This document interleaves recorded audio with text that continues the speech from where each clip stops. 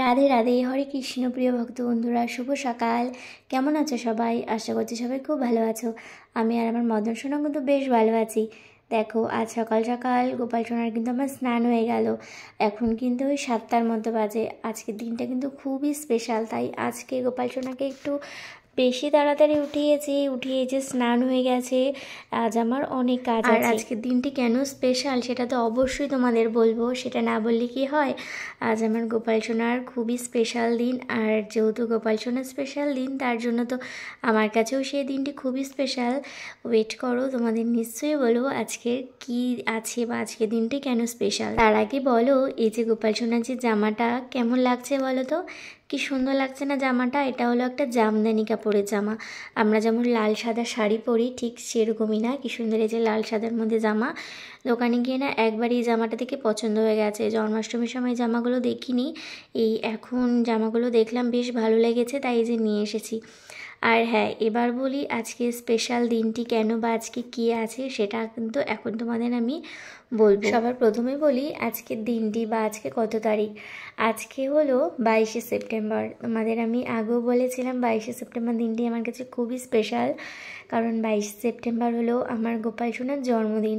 এই 22শে সেপ্টেম্বরে কিন্তু আমার গোপাল সোনা আমার বাড়িতে এসেছিল, তার জন্য আজকের দিনটি তো স্পেশাল হতেই হবে। জন্মাষ্টমীও যেমন স্পেশাল, তেমন আজকের দিনটিও 22শে সেপ্টেম্বরও কিন্তু আমার কাছে খুবই স্পেশাল।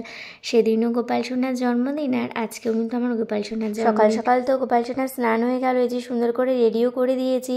আর একটু অন্যরকম লাগছে না লুকটা? কেন বলো তো? এই যে হেয়ারের জন্য। এবার না এই চুলটা নিয়ে এসেছি। কাল যখন গিয়েছিলাম একটা গোপাল সোনাকে পরিয়ে রেখেছিল, আমার বেশ ভালো লাগছিল। সব গোপাল সোনাদেরকে দেখি এখন এরকম হেয়ারটা পরতে বেশ কিন্তু ভালো লাগে।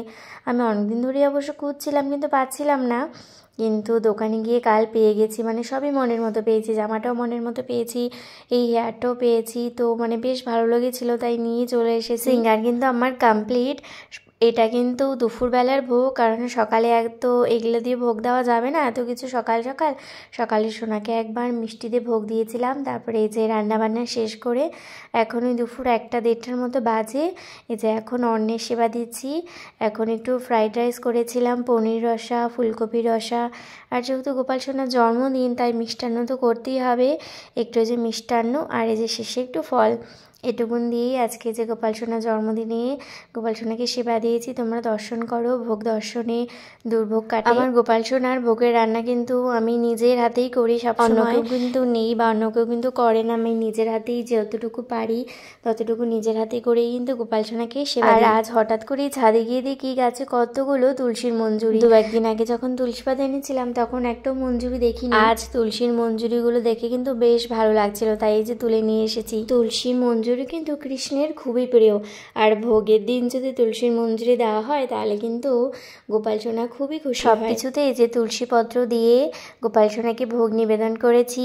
গোপাল সোনার সবচেয়ে প্রিয় কিন্তু এই যে মিষ্টান্ন। আর এই যে আমার ননী সোনাকে মনে আছে তো? আমার ননী সোনাও কিন্তু খুব ভালো।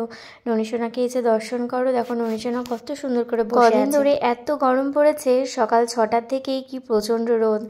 এই যে গোপাল সোনার ঘরের জানলাটা খুললে কি সুন্দর সকাল সকাল অল্প রোদ আসে। আমার গোপাল সোনার জন্মদিন আর পুজোর মধ্যে কিন্তু বেশি দিনের তফাৎ থাকে না। পুজোর জামাও কিন্তু গোপাল সোনার জন্য সবই আমি কিনে নিয়েছি, কারণ আর কটা দিনই মাত্র পুজো আছে। যেহেতু জন্মদিনের জন্য জামা কিনতে গিয়েছিলাম তাই পুজোর জামাও সব কিনে নিয়েছি, কারণ বাড়িতে সবার আগে গোপাল সোনার জন্যই জামা কিনি, তারপরে অন্য সবার জন্য। গোপাল সোনার জন্য কিন্তু অনেকগুলো জামা কিনেছি, একদিন একটা ভিডিওতে তোমাদেরকে আমি দেখাবো গোপাল সোনার জন্য। আর এবার না খুব সুন্দর সুন্দর জামা বানাতে দিয়েছিলাম 3-4টে, সেই জামাগুলো এখনও আসেনি অবশ্য। সেই জামাগুলো যখন চলে আসবে সবগুলো একসাথে তোমাদেরকে আমি দেখাবো। এত সুন্দর সুন্দর জামা বানাতে দিয়েছি না, আমি শুধু ভাবছি কবে সেই জামাগুলো পরাবো আর তোমাদেরকে গোপাল সোনাকে দেখাবো।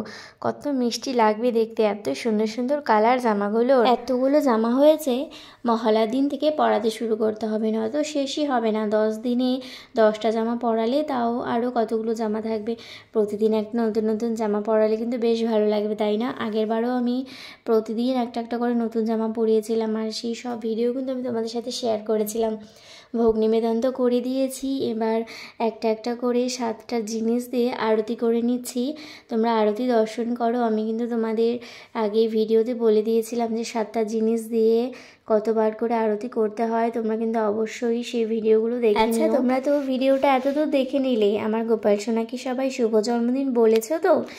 জানি যে ভিডিওটি দিতে দেরি হয়ে গেছে, আমার গোপাল সোনার জন্মদিন ছিল 22শে সেপ্টেম্বর, তবুও কিন্তু আমার গোপাল সোনাকে শুভ জন্মদিন বলতে একদমই ভুলো না। কোন বন্ধুরা আজ প্রথমবার আমার মদন সোনার ভিডিও দেখছো সেটাও কিন্তু অবশ্যই জানিও, আর তোমাদের ভিডিও দেখতে কেমন লাগে সেটা জানাতে কিন্তু একদমই ভুলো না।